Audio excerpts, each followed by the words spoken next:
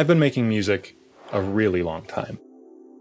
Long enough to notice my own patterns, recognize the way that I think about and approach creative tasks, and long enough to come up with some strategies to get unstuck when the ideas just aren't coming. I've seen my creative process ebb and flow over time, and I want to talk about the different stages of my creative cycle in the hopes that maybe this helps you recognize and be aware of similar cycles in your own creative process. So let's start with the place that all of us want to be, the flow state.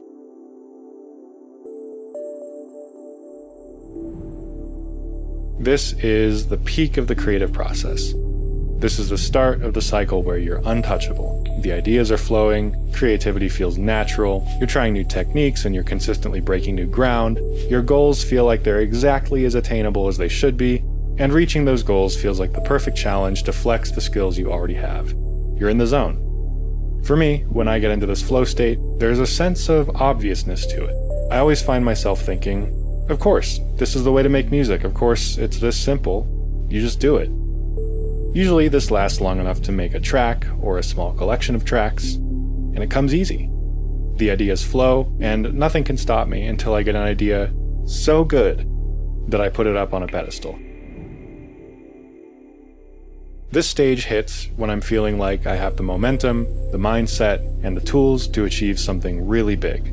Maybe this is some kind of high-concept EP that aims for the stars, or a video series that I convince myself that I'll totally be able to start and stay consistent with, instead of just doing one or two of them and letting the idea die off. Totally haven't done that before. I put the idea on a pedestal, and I convince myself that it has to be better than everything I've done before it. That it has to stand out and really, really knock people's socks off, and that if I get it right, this could be it. This could finally earn me the recognition I deserve, my piece of the pie, my idols are going to notice me, my foot will finally be in the door. All I have to do is make it perfect. All I have to do is make it perfect.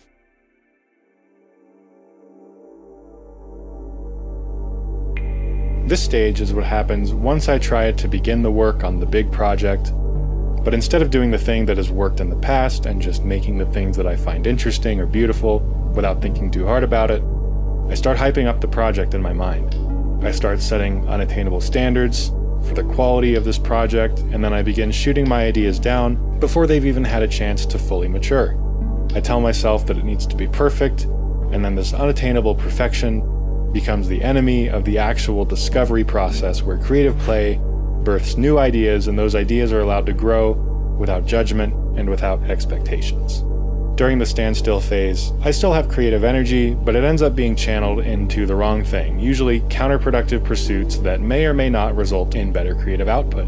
The most common one for me is gear acquisition syndrome, which in my case is the process where I start to question the effectiveness of my toolset, and I start making tweaks to my workflow, or acquiring new gear or plugins, or rewiring my setup to get more logical signal flow. In my overwhelmed creative mind, how can I achieve perfection if my toolset isn't perfect? My most recent example of this was that a couple weeks ago, I told myself I was going to start working on a new EP and crank out some educational content for Instagram along the way, but instead of doing that, I spent 2 weeks learning Bitwig and trying to decide if I should switch over from Ableton. Which is ridiculous. It doesn't matter if I switch over. Some of my best tracks were made in hotel rooms with nothing but my laptop, Ableton stock plugins, and a pair of headphones.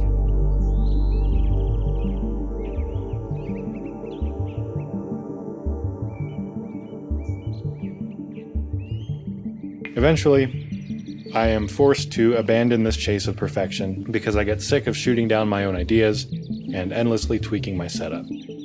Snapping out of it is usually triggered by one of two scenarios.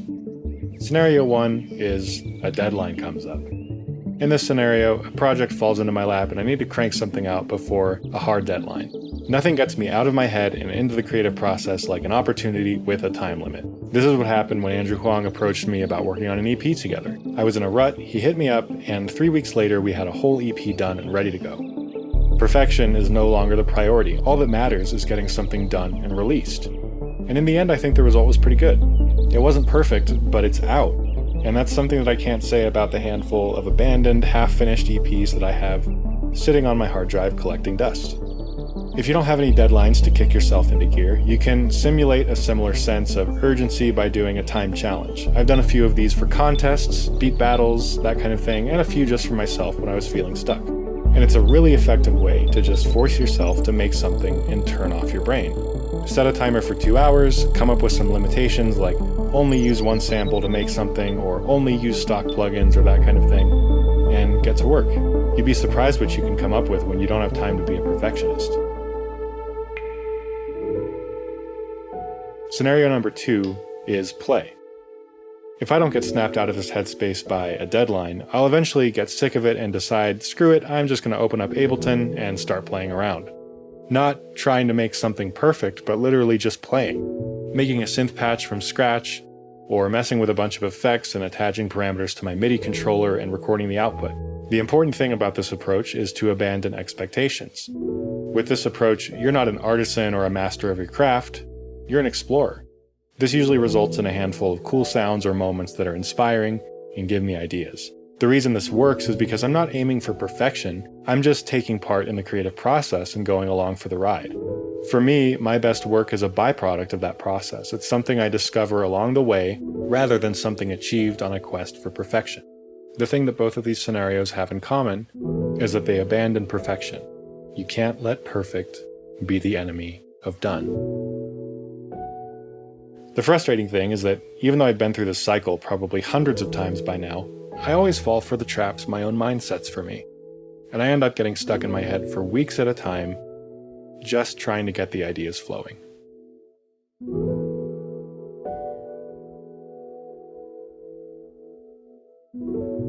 If there's anything that I hope you take away from this, it's that art doesn't have to be so serious.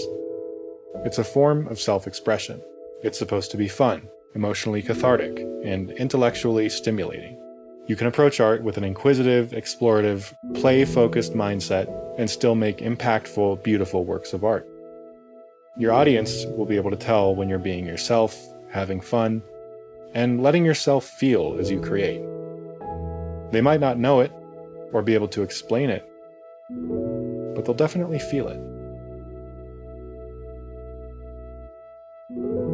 These videos are made possible by my Patreon members. If you're interested in supporting the channel, I post sample packs, project files, high-quality waves of sound design experiments, and that kind of thing. I also post little life updates from time to time if you're interested in that. It's 2024, and this kind of thing is just part of the job for content creators these days, so I try to make it worth your while. Go check it out. Thanks for watching.